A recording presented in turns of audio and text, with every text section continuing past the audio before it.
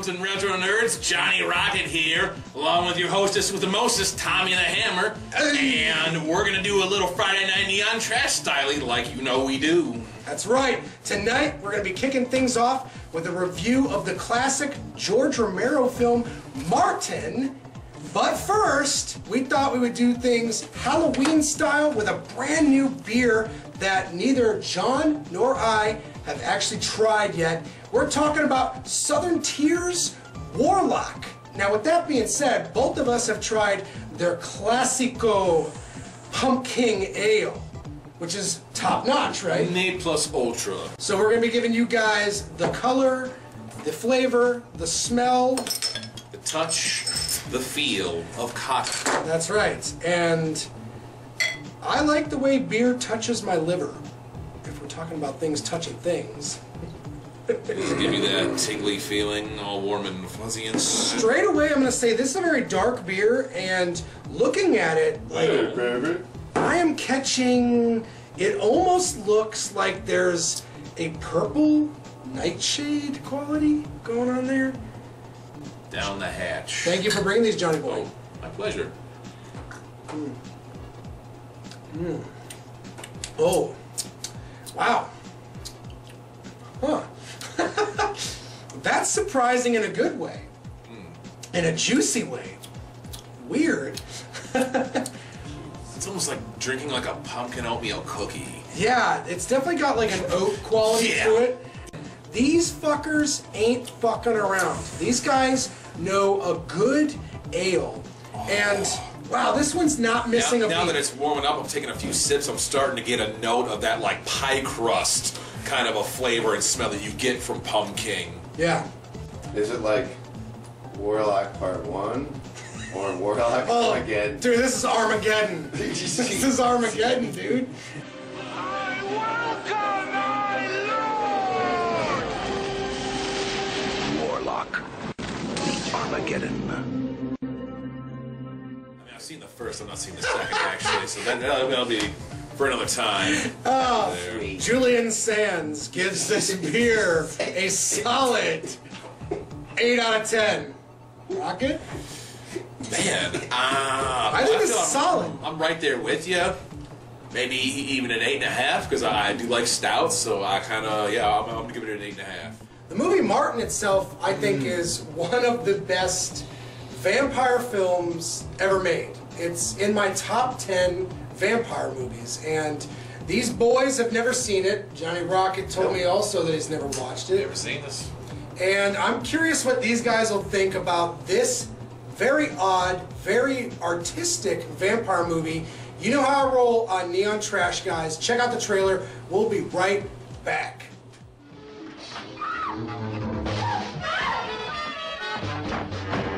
It's not easy living the way I do. I have to be careful all the time. But I'm pretty good at it. I think as I get older, I get better. I haven't been caught yet. Martin, another kind of terror.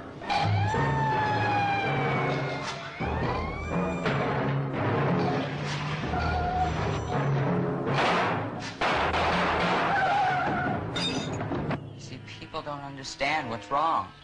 They think that I'm a monster. They think I'm a vampire.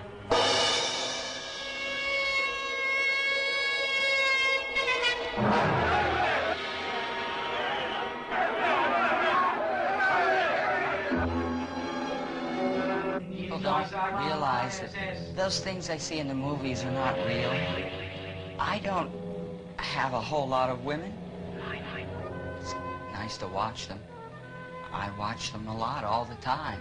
I have to be sure that nothing goes wrong. I follow them. I plan. I'm very careful. I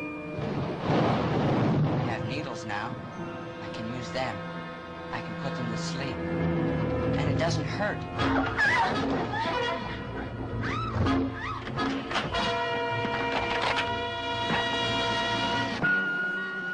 Martin.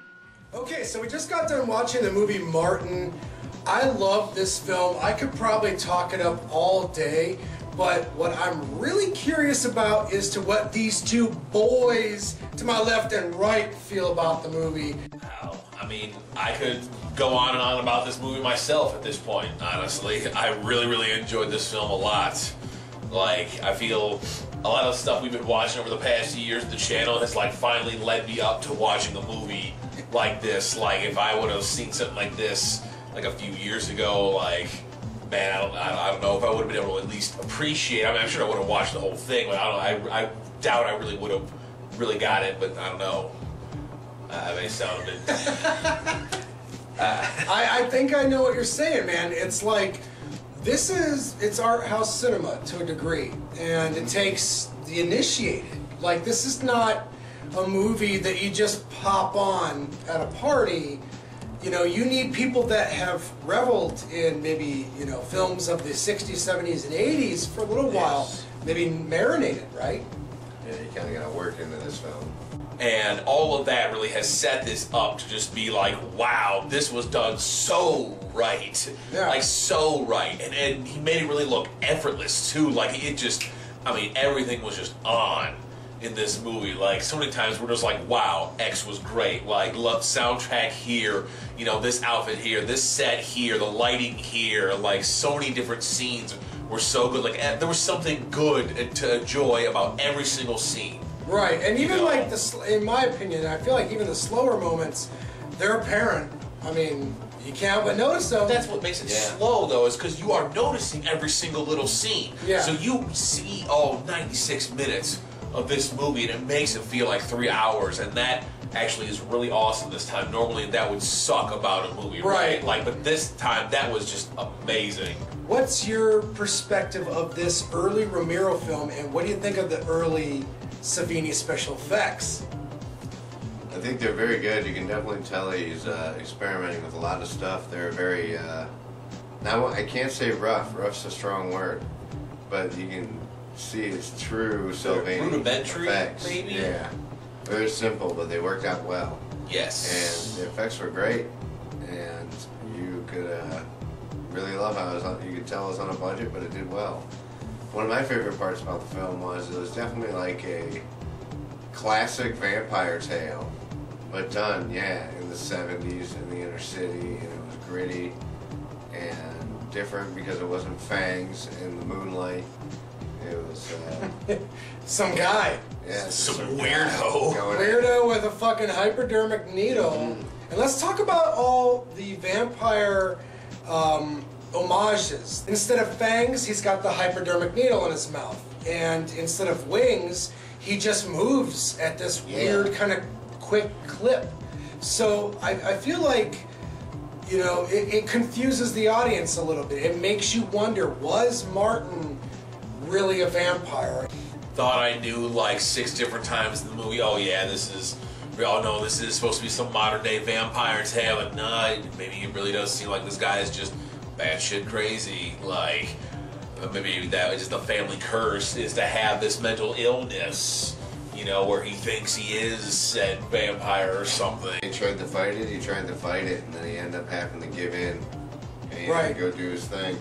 And at the very end, that was like a means to an end for our character Martin. I mean, his cousin, who is almost like this Van Helsing character, right? Crazy religious Van Helsing. Yeah. Demon Slayer extraordinaire. But he looked like the Colonel from KFC, like Colonel Sanders. Just missing, the tie. Yeah. But he was old world, and there was something like ancient about him and Martin. Romero was always a very topical director. Yeah. I like to always put things like that in his films. Not Right, it comes necessarily wide open, but they were there, definitely. Yeah. You know, even if you don't like it 100% all the way through, that ending is like shocking and sudden, right? Yeah, like, Loved it. I kind of like how it was actually a to be expected outcome of either scenario, honestly. Right. At the end of the day, you're looking for a movie that creeps you out, especially for Halloween, which is why we're doing this. Yeah. And it's moody. You know, this feels like classic horror, right? It was just very atmospheric. I mean, yeah, the uncomfortable factor throughout, like, tight, small apartments and oh man, squish yeah, spaces, solid inner claustrophobic city, lots of scenes. people. cool indifference of the inner city areas. Changing rooms and train hallways, and just people cramped up against each other like... Well, let's do the star count. We've talked this movie through and through. Martin, for me, top notch, 9 out of 10. Well, man, star count. So, I mean, because I really can't find anything to take a star away for, I have to give it 10 out of 10. Man, I really like this a lot. Like it was, yeah, it was really well done on a lot of levels. So glad you liked it. Firing on all cylinders. And we throw that term around a lot here, but this one was. actually comes through in that department. So. Yeah, honestly, I have nothing to complain about. I'll give it a solid 9 steaks out of 10. It all begins about 12 o'clock when the graves all open and we start to rock. Graveyard rock. Graveyard rock. This is the warm-up part where we go crazy. Yeah. All right. Here we go. Oh shit, yo, gotta get free. Gonna drink this beer. Yeah. It's gonna be fall-weenie. That's right. It's gonna be fall, y'all. Yeah. All right, are we wrapped up? I think so. Let's get situated here. Oh my God. Don't get that situated. Jesus. All right. Yeah. All right. Are you ready? Can you do this? I can do this. I got this. All right. So. Rabbit sex. Rabbit Pure sandwich. rabbit. And we're off. Pumpkin, pumpkin, wind shower coming. Pumpkin, pumpkin, wind shower coming.